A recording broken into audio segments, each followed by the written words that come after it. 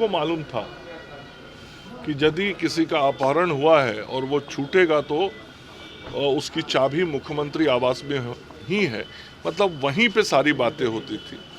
तो पूरा अपराध जो है वो एक प्रकार से राजनीतिक स्वरूप ले लिया लालू जी और राबड़ी जी के कार्यकाल में, और अपराधियों का राजनीतिकरण हो गया। और उस वक्त के इतिहास को देखिएगा तो जो बाहुबली होते थे, जो अपराधी होते थे, जो समाज में आतंक पैदा करते थे, वो राष्ट्रीय जनता दल के माध्यम से राजनीति करते थे। तो ये तो सत्य है, उनको अपराध और अपराधियों को संरक्षण करने का जो सर्वोच्च पुरस्कार है वो दिया जा सकता है। मंगल जी, लालू जी और उनके शासनकाल के इतने सारे वीडियो रिकॉर्डिंग रखे होंगे जिसमें कैसे अपराधियों को मंच पे बुला के वो सम्मानित करते थे, किस प्रकार से अपराध से पीड़ित व्यक्ति मुख्यमंत्री के गेट के सामने जाके गिड़गिड़ाता था, जिसके घर में अपहरण हो गया रहता था वह भी मुख्यमंत्री आवास ही जाता था। चूंकि जबलपुर में 24 फरवरी को कार्यक्रम प्रस्तावित है, जिस जगह पर आके निधि भी जाएगी और आदरणीय प्रधानमंत्री जी और हमारे मुख्यमंत्री श्री नीतीश कुमार जी दोनों की ये सोच है। कृषि मंत्री श्री शिवराज सिंह चौहान जी आए थे, उनसे हम लोगों ने यह मांग रखा है। उस बैठक में हमारे माननीय उप मुख्यमंत्री श्री सम्राट चौधरी जी भी थे कि बिहार नोरमा ग्रुप, जो सोचता है वो करता है। आपके अपने सपनों का आशियाना। नमस्कार, मैं हूं सागर कुमार, भारत लाइव देख रहे हैं आप। देखिए, बिहार की सियासत में इन दिनों रोज नए नए घटनाक्रम हो रहे हैं। रोज कुछ न कुछ ऐसे बयान निकल कर आ रहे हैं जिससे ये साफ प्रतीत हो रहा है कि बिहार का 2025 के चुनावी रण अब आसान होने वाला नहीं है। हर दल अपने आप को नंबर 1 बनाने की दिशा में काम करने में जुट चुका है। 2025 में नारा तो दे दिया गया है कि 2025 225 फिर से नीतीश, लेकिन जिस प्रकार के बयान अब सरकार के और सत्ता पक्ष के लोगों के तरफ से ही आ रहे हैं, इससे साफ साफ ये प्रतीत हो रहा है कि 2025 का जो रण है वो काफ़ी कुछ दिखाने वाला है। गठबंधन टूटेगा या फिर गठबंधन वही है, क्योंकि खेला होने की बात तो अभी भी लगातार हर महकमे से निकल कर सामने आ रहा है। भले ही ऊपर से ऑन कैमरा कोई कुछ ना बोले, लेकिन अंदर खाने में महाराष्ट्र वाले खेल की सुगबुगाहट काफ़ी तेज है। और भाजपा के मंत्री मंगल पांडे, जो स्वास्थ्य मंत्री हैं, उन्होंने एक बड़ा बयान दे दिया है। उन्होंने मुख्यमंत्री आवास पर बड़ा आरोप लगा दिया है। मुख्यमंत्री आवास से ही सारी जो आपराधिक घटनाएं होती थी उन सब के बारे में पर्दा खोल दिया है मंगल पांडे ने। देखिए क्या आरोप लगाए हैं मंगल पांडे। मंत्री जी का बिहार में 24 फरवरी को कार्यक्रम है, क्या कुछ प्रस्तावित कार्यक्रम? आदरणीय प्रधानमंत्री श्री नरेंद्र मोदी जी का बिहार के भागलपुर में 24 फरवरी को कार्यक्रम प्रस्तावित है, जिस जगह पर आके वो देश भर के किसानों को किसान सम्मान निधि का किस्त जारी करेंगे। साथ ही बिहार के किसानों की खुशहाली के लिए, बिहार के किसानों के विकास के लिए भी अपनी बातों को जनता के सामने, किसानों के सामने रखेंगे। उस दिन किसानों को सम्मानित भी किया जाएगा। तो आदरणीय प्रधानमंत्री जी की उपस्थिति में किसान का सम्मान भी होगा, किसान के विकास की बात भी होगी और किसानों के खाते में निधि भी जाएगी। और आदरणीय प्रधानमंत्री जी और हमारे मुख्यमंत्री श्री नीतीश कुमार जी दोनों की ये सोच है कि इस देश को और इस राज्य को यदि आत्मनिर्भर और सबल बनाना है तो किसानों की आर्थिक स्थिति को बेहतर करना होगा। और बिहार में भी लगभग 70% आबादी जो है उसकी अर्थव्यवस्था कृषि पर आधारित है। तो समग्र रूप से किसानों के विकास के लिए हम सब लोगों ने बिहार में मुख्यमंत्री जी के नेतृत्व में चतुर्थ कृषि रोड मैप बनाया हुआ है। और उस चतुर्थ कृषि रोड मैप के तहत समेकित रूप से विभिन्न विभागों से समन्वय बना के काम होता है। तो आदरणीय प्रधानमंत्री जी जब 24 को आएंगे तो चतुर्थ कृषि रोड मैप के तहत जो कुछ विकास हुए हैं वो भी हम प्रधानमंत्री जी के सामने विषयों को रखेंगे। और अभी केंद्रीय कृषि मंत्री श्री शिवराज सिंह चौहान जी आए थे, उनसे हम लोगों ने यह मांग रखा है।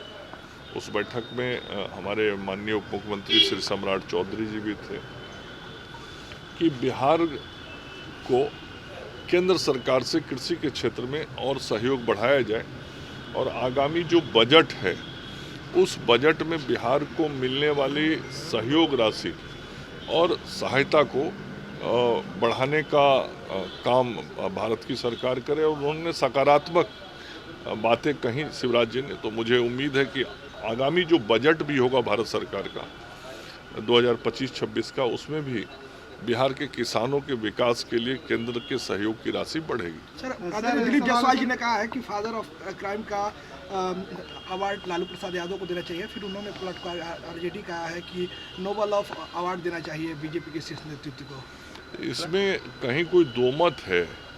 आप ही मीडिया के मित्रों के पास लालू जी और उनके शासनकाल के इतने सारे वीडियो रिकॉर्डिंग रखे होंगे जिसमें कैसे अपराधियों को मंच पे बुला के वो सम्मानित करते थे, किस प्रकार से अपराध से पीड़ित व्यक्ति मुख्यमंत्री के गेट के सामने जाके गिड़गिड़ाता था, जिसके घर में अपहरण हो गया रहता था वह भी मुख्यमंत्री आवास ही जाता था, चूंकि सबको मालूम था कि यदि किसी का अपहरण हुआ है और वो छूटेगा तो उसकी चाबी मुख्यमंत्री आवास में ही है। मतलब वहीं पे सारी बातें होती थी।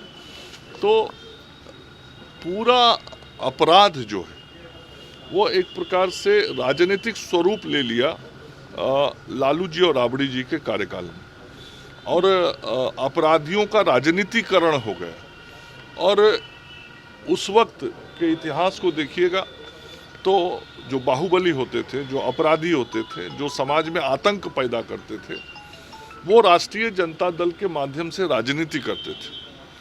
तो ये तो सत्य है। उनको अपराध और अपराधियों को संरक्षण करने का जो सर्वोच्च पुरस्कार है वो दिया जा सकता है।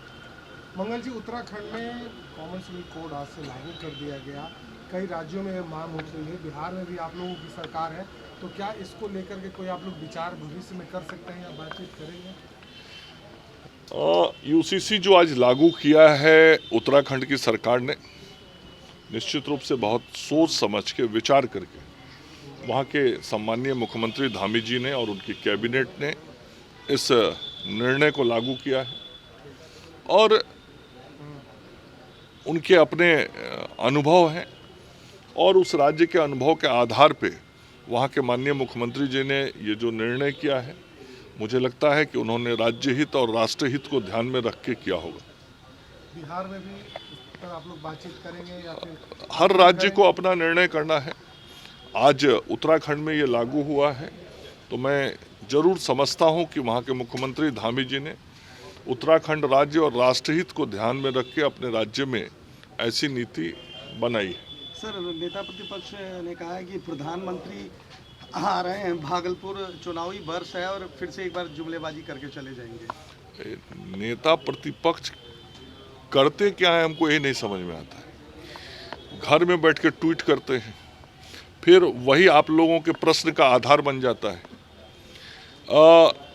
घर से निकलते हैं तो किसी कमरे में जाके मीटिंग कर लेते हैं, फिर वहाँ से एक समाचार भेज देते हैं, वो आप लोग के माध्यम से समाचार बन जाता है।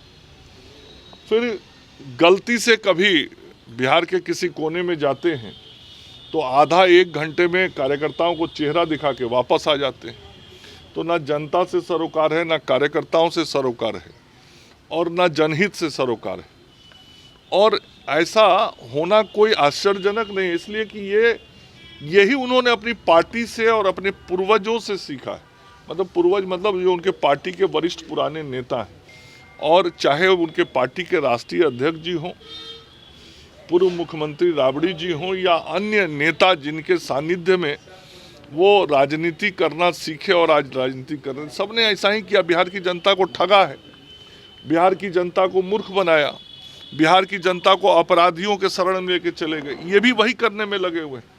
तो बिहार की जनता जान रही है राजद की वास्तविकता, और इसीलिए राजद को हर चुनाव में जनता अपना समर्थन नहीं देती है। और इस बार 2025 के चुनाव के बाद बिहार से राष्ट्रीय जनता दल नामक राजनीतिक दल जो है वह प्रायः विलुप्त हो जाएगा। तो देखा आपने, बिहार सरकार के माननीय मंत्री मंगल पांडे पूरा गर्म हो रहे थे। पहले तो उन्होंने सरकार की अच्छाइयों के बारे में बताया जो वर्तमान सरकार नीतीश कुमार के नेतृत्व में भाजपा और जेडीयू गठबंधन यानी एनडीए गठबंधन के तहत चल रही है। उसके बाद लालू राज की याद दिलाते हुए उन्होंने साफ साफ कहा कि एक वो दौर था जब अपराधी अपराध करके लालू जी के आवास चले जाते थे, लालू जी के मुख्यमंत्री आवास जाकर शरण ले लेते थे और कहते थे कि मुझे बचा लीजिए। और देखा जाता था कि मुख्यमंत्री आवास में, उस समय के मुख्यमंत्री आवास में जो अपराधी है वह आराम फरमा रहा है। जो अपराध करने वाले लोग हैं उस समय सरकार संपोषित होते थे, सरकार उनकी सुरक्षा करती थी। ऐसा बड़ा आरोप मंगल पांडे ने लगाया है। अब देखना होगा कि लगातार भाजपा जो लालू परिवार पर बड़े हमले कर रही है। कल दिलीप जायसवाल जो प्रदेश अध्यक्ष हैं उन्होंने लालू प्रसाद यादव को फादर ऑफ क्राइम भी कह दिया था। तो देखिए यह सब बातें सीधे सीधे स्पष्ट है कि भाजपा अब पूरी तरह से राजद को घेरने की तैयारी में लग गई है। अब इसका नफा नुकसान क्या कुछ होता है यह तो 2025 में ही देखने को मिलेगा, लेकिन इस विषय पर राजनीति खूब तेज हो गई है। फिलहाल इस वीडियो में इतना ही। देखते रहिए भारत लाइव। बहुत बहुत धन्यवाद। आपके सपनों को हमने सजाया है, ई होम्स पैनोरमा को हमने बनाया है। ई होम्स मेरा एक सपना था जिस पे मैं पिछले 4 साल से काम कर रहा था। हमने जो बनाया है वो सबने है माना। ई होम्स पैनोरमा में हो आपका भी आशियाना। और फाइनली हमने 2021 में इस प्रोजेक्ट को लॉन्च किया। बहुत लोग अप्रिशिएट कर रहे हैं कि पूर्णिया जैसे शहर में, बिहार के, एक तो बिहार की बात करें उसमें भी पूर्णिया जैसे छोटे जगह में इस तरह का लाइफस्टाइल देना, ये सुन के हम लोगों को बहुत अच्छा लगता है। ई होम्स में हमने कुछ और भी किया है, जैसे हम जिस जगह में रह रहे हैं हमारे फैमिली सिक्योर हो, उनको सिक्योरिटी का ध्यान में रखा है।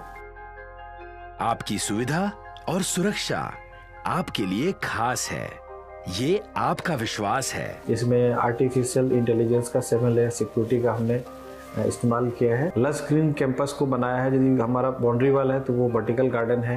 ये जितनी भी फैसिलिटी होता है एक इंटरनेशनल टाउनशिप में ई होम्स है, ये हम लोग विश्वास नहीं कर पा रहे हैं। जो भी हमारे मित्र दोस्त या जो भी हमारे बाहर के बाहर आते हैं तो हम लोगों को बहुत अच्छा सुनने को मिलता है और बहुत अच्छा क्रेडिट मिल रहा है। वो सारा हमने सिर्फ एक बिल्डिंग नहीं बनाया, हमने एक बहुत अच्छा लाइफस्टाइल दिया ई होम्स में।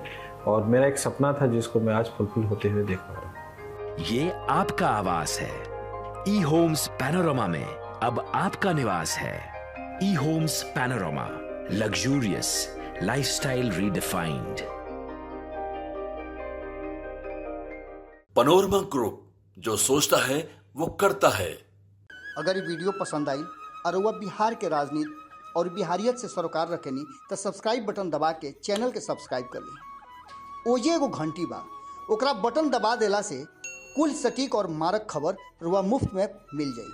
अगर रुआ पत्रकारिता के हमनी के नया प्रयोग में सहयोग कर चाहतानी तो ज्वाइन बटन दबा दी। पेटीएम नंबर नोट कर ली 9386 816 700।